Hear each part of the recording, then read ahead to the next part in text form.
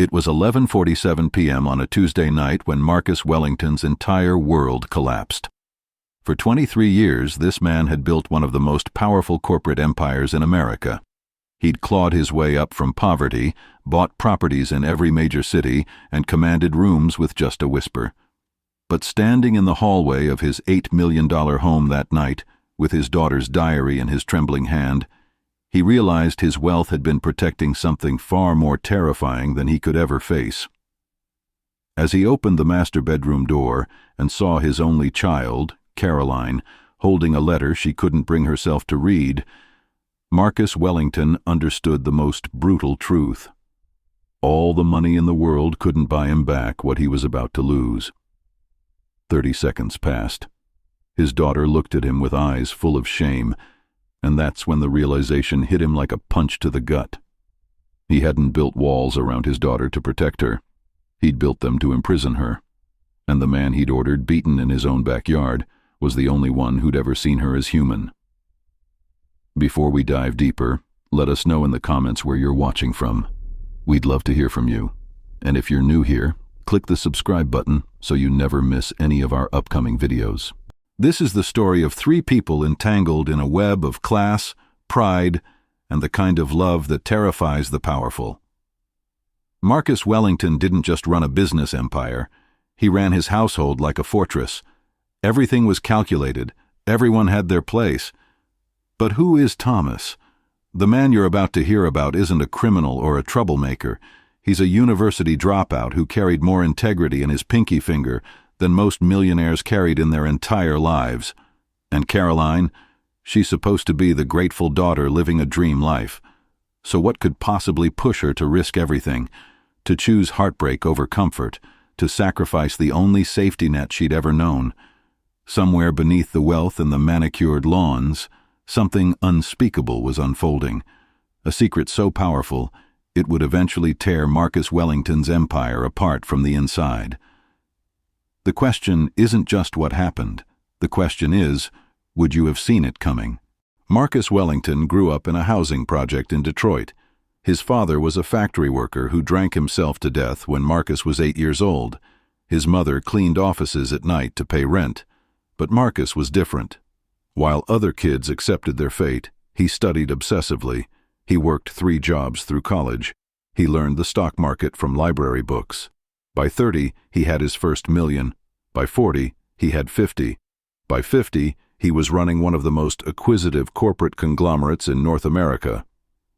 But success came with a cost that nobody warns you about. Marcus learned to control everything. His employees feared him. His business associates respected him. But respect born from fear isn't loyalty, it's terror wearing a suit. When Caroline's mother, Victoria, died of breast cancer 17 years ago, something fundamental broke inside Marcus. She had been the gentle counterbalance to his ruthlessness. She had shown him that power could coexist with kindness. Her funeral was packed with thousands of people whose lives she'd touched through her charity work. Marcus received 17 formal condolences from people who'd only met her once at a party. That imbalance told him everything he needed to know. He made a decision that day. He would protect Caroline the only way he knew how. He would control every variable, eliminate every risk, ensure she never experienced the kind of vulnerability that had taken her mother from him. Caroline grew up in isolation. Private schools, travel, trust funds, therapists who'd never challenge her father because he paid them 6 figures a year. She was beautiful, intelligent, educated at Vassar, but she was also profoundly lonely. She'd spent her 24 years walking on eggshells, terrified of disappointing the man who held her entire world in his hands. She dated boys he approved of. She took jobs he arranged. She had conversations he could control. Her life was a gilded cage designed by someone who loved her so much that he'd forgotten she was a person and not a prize. And then there was Thomas. Thomas Rivera came to work as the gateman at the Wellington estate 3 years ago. He was 28 years old, with the kind of quiet intelligence that comes from reading every book you can find, because you never got the college education you deserved. His father had been an accountant for a small firm. The firm went under during the 2008 recession. His father never recovered. He drank himself into an early grave at 52, leaving Thomas with nothing but debt and the determination to survive.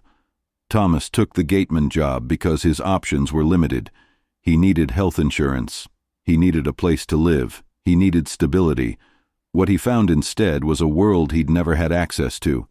Marble entryways, art that cost more than his annual salary, wine cellars with bottles from decades that had long passed. But what he noticed most wasn't the wealth. It was the silence. The way Caroline moved through the house like a ghost, present but unseen. The way her father spoke to her with the tone of someone addressing a subordinate. The way she smiled only when she thought nobody was watching. Started with small conversations. Thomas would unlock the gate in the morning, and Caroline would ask him about a book she'd seen him reading during his break. Thomas suggested another. 2 weeks later, they were leaving books for each other on the garden bench. Then came the questions. She wanted to know what it was like to dream about something you couldn't have. He wanted to understand what it felt like to have everything and still feel empty. Late nights became their sanctuary. Caroline would slip out onto the terrace while her father was in his study, working. Thomas would lean against the stone railing, and they'd talk. Not flirtation, not superficial romance. Deep, searching conversations about what it meant to be trapped by circumstance. His by poverty, hers by proximity to power. Thomas spoke to her like she mattered. Not because of her name, not because of her trust fund, because he could see that she was drowning in a carefully arranged life and nobody had bothered to throw her a rope. Caroline spoke to him like he wasn't invisible. She asked him about his dreams. She listened to his stories. She saw him. After 6 months, they stopped talking about books and started talking about futures. After 8 months, they kissed for the first time under the oak tree at the edge of the property, where nobody with a security camera could see. They were careful. They were terrified. They were, for the first time in their lives, really alive. Then came the night Marcus Wellington decided to surprise Caroline with news about a job opportunity at a Fortune 500 company, a position he'd arranged through a board member naturally. He came home early. He found them in her bedroom, not doing anything dramatic or illegal, just lying on her bed with their hands intertwined, talking about running away together to start a life in Portland where nobody knew who they were. For a moment that felt like an eternity, Marcus stood in the doorway, processing what he was seeing. His hand moved instinctively to the wall for support. Then something inside him snapped. The rage wasn't jealousy. It was something more dangerous. It was the rage of a man who'd spent his entire life controlling his narrative, and suddenly that narrative was being rewritten by forces completely beyond his influence. He didn't shout. He didn't have to. When Marcus Wellington stopped shouting and simply spoke in that quiet, lethal tone, people understood they were hearing the voice of someone who held their entire future in his hands. He told Thomas to get out. When Thomas moved slowly, not out of disrespect, but out of a desire not to leave Caroline, Marcus called security. 2 men came up the stairs. What happened next took 90 seconds. Thomas was thrown down the marble staircase, his arm fractured in 2 places. His face was cut open by the edge of a step. Caroline screamed. Marcus didn't move. He simply stood there watching, as the boy who dared to love his daughter was physically removed from his house. By morning, Marcus had filed a police report claiming Thomas had been stealing from the house and had become violent when confronted. Marcus had money, he had lawyers, he had a reputation. Within 48 hours, Thomas was arrested. Within a week, he was imprisoned on false charges that multiple evidence would eventually prove were fabricated. Caroline didn't eat for 3 days. She didn't speak for 2 weeks. She looked at her father like she was seeing a stranger wearing her father's face, and that stranger was someone she no longer recognized. If this story is hitting you hard right now, tell us in the comments. Are you rooting for Marcus to realize what he's done? Are you wondering how anyone's love could survive something like this? Comment, "Still watching," if you're staying through to the end to find out what happens next. We want to see who's truly invested in this journey with us. What happened next was something Marcus Wellington never anticipated. The universe didn't protect him for his ruthlessness. It punished him for it. Thomas's mother, who worked as a legal aide at a community center, connected her son with a pro bono attorney. That attorney looked at the evidence Marcus had fabricated and realized it was so transparent that even a first-year law student would have seen through it. Charges were dropped within 2 months. But by then, the damage had metastasized. Thomas was released, traumatized, and broken. Caroline refused to leave her bedroom. She stopped attending her father's business functions. She didn't return his calls. She left his emails unopened. For Marcus, the silence was worse than any words could have been. His empire, meanwhile, began to crack. A journalist had been following Thomas's case, not out of any particular interest in class warfare, but because the absurdity of the fabricated charges made for compelling human interest. The story broke in a major newspaper. Billionaire's false testimony sends innocent man to jail. Suddenly, Marcus's reputation, the thing he'd spent 30 years building, became toxic. Clients quietly terminated contracts. Board members suggested he take a sabbatical. Investors who depended on his judgment started wondering if his judgment was compromised in other areas. The scandal spread. Twitter exploded. Every interview he'd ever given, every ruthless business decision he'd ever made, was suddenly being re-examined through the lens of this new information. Was he a man of principles, or was he someone who simply had the money to hide the ugliness underneath? Caroline watched it happen from her bedroom window. She saw the reporters camped outside the gates. She heard her father's voice on the phone, increasingly desperate, trying to explain, trying to salvage something from the wreckage. And she felt something she hadn't expected to feel: pity, not for herself, for him, because she understood something now that she'd never understood before. Her father's need to control her wasn't about love. It was about fear. He was terrified of losing her the way he'd lost her mother. So he'd tried to build a world where loss was impossible, not realizing that in doing so, he'd already lost her. 8 months after his release, Thomas had found work at a non-profit organization that ran after-school programs in underfunded neighborhoods. He wasn't running it. He was just volunteering, tutoring kids in math and English, the 2 subjects he'd never gotten to study formally. He was rebuilding his life in increments. He was learning how to trust again. He was learning that the world had more good people than he'd initially believed. And then Caroline found him. She'd hired a private investigator with her own trust fund money, the money her father couldn't control because it had been left to her by her grandmother. She showed up at the community center on a Thursday afternoon, wearing a simple sweater and jeans, looking more beautiful than Thomas had ever seen her because she looked free. "I'm sorry," she said. "I'm sorry I didn't stand up to him. I'm sorry I let him do this to you. I'm sorry it took 8 months for me to find the courage to walk away from him." Thomas looked at this woman he'd risked everything for, this woman who'd finally chosen him over comfort, and he made a decision. He told her about something he'd never told her before. His father hadn't died accidentally. His father had worked for Marcus Wellington decades earlier, before he'd built his empire. His father had been an accountant in Marcus's first company, the one that made the initial fortune. Marcus had blamed his father for an embezzlement scheme that had actually been orchestrated by Marcus's then business partner, but Marcus needed to maintain his reputation, so he made sure the blame fell elsewhere. Thomas's father was fired. He was blacklisted. He was humiliated. And over the course of the next 15 years, that humiliation compounded until it became unbearable. "I always wondered," Thomas said, "why the universe brought me to work at that house. Why Caroline was the one person in the world who could see me. I think maybe it was so that we could be the ones who'd finally make him understand." Caroline stood there processing this information. Destiny didn't bring these 2 people together by accident. Destiny brought them together to rectify something broken in the universe. Destiny brought them together as instruments of truth. When Marcus learned what Caroline had discovered, that the man he'd destroyed was connected to the man he'd destroyed all those years ago, something inside him finally cracked open. He drove to the community center himself, unannounced. He found Thomas in a small classroom, helping a 12-year-old boy work through an algebra equation. Thomas looked up.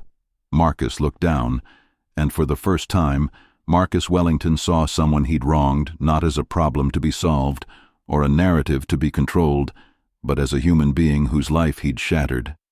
He fell to his knees right there in that classroom, in front of the students, in front of the teachers, in front of his daughter who'd followed him there, and Marcus Wellington, the man who'd built an empire on controlling narratives, finally stopped talking and started listening. What happened after that moment was a transformation so complete that people in Marcus's circle couldn't quite believe it was real. He confessed to the police about the fabricated charges he'd filed against Thomas. He publicly apologized for the lie he'd spread about his father all those years ago. He hired lawyers to help Thomas's father's widow pursue wrongful death charges, which they eventually settled out of court. But more significantly, Marcus changed how he moved through the world. He liquidated half his personal portfolio and established a foundation dedicated to supporting underfunded schools in underserved neighborhoods, not as a tax write-off, not as publicity. Because he'd finally understood something that his daughter and Thomas had always known, that humanity matters more than legacy, and compassion matters more than control. Caroline and Thomas eventually married, 3 years after that day in the community center classroom. Marcus was there, sitting in the third row, allowing his daughter to make her own choice about whether to include him. She did. Thomas and Marcus developed an unlikely friendship rooted in the hard work of forgiveness. Marcus sponsored Thomas through a distance learning program, and Thomas eventually earned his degree in social work. 5 years later, Thomas was running the entire community center, and Marcus was providing the funding.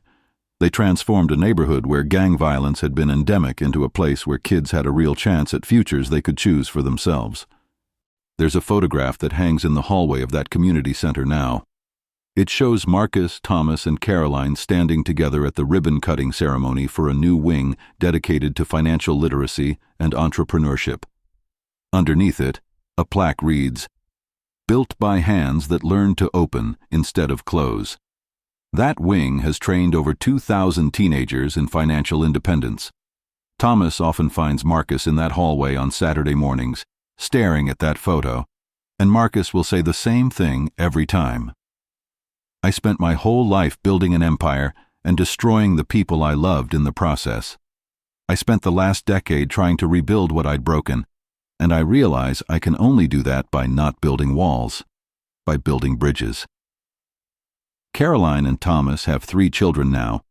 Marcus is a grandfather who attends every school play, every soccer game, every moment he'd missed because he was too busy controlling the narrative to actually live the story. Here's what this story wants you to understand. Pride doesn't just isolate you from the people you love, it isolates you from yourself. Marcus Wellington had everything and he had nothing. Thomas Rivera had nothing and he had everything that mattered. The difference wasn't about money. It was about how they chose to treat the people in their lives. So here's my question for you. If you were Marcus Wellington, would you have seen the damage you were doing? Would you have been able to admit that you were wrong? Or would you have spent your entire life defending the walls you'd built, wondering why the people you loved kept walking away? And if you were Caroline, would you have had the courage to leave?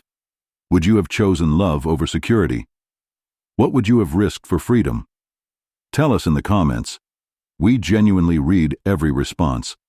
We want to know how this story resonated with you, what you would have done differently, and whether you believe redemption is actually possible for people who've done terrible things in the name of protection. The next story we're bringing you is about a mother who kept her son's secret for 27 years.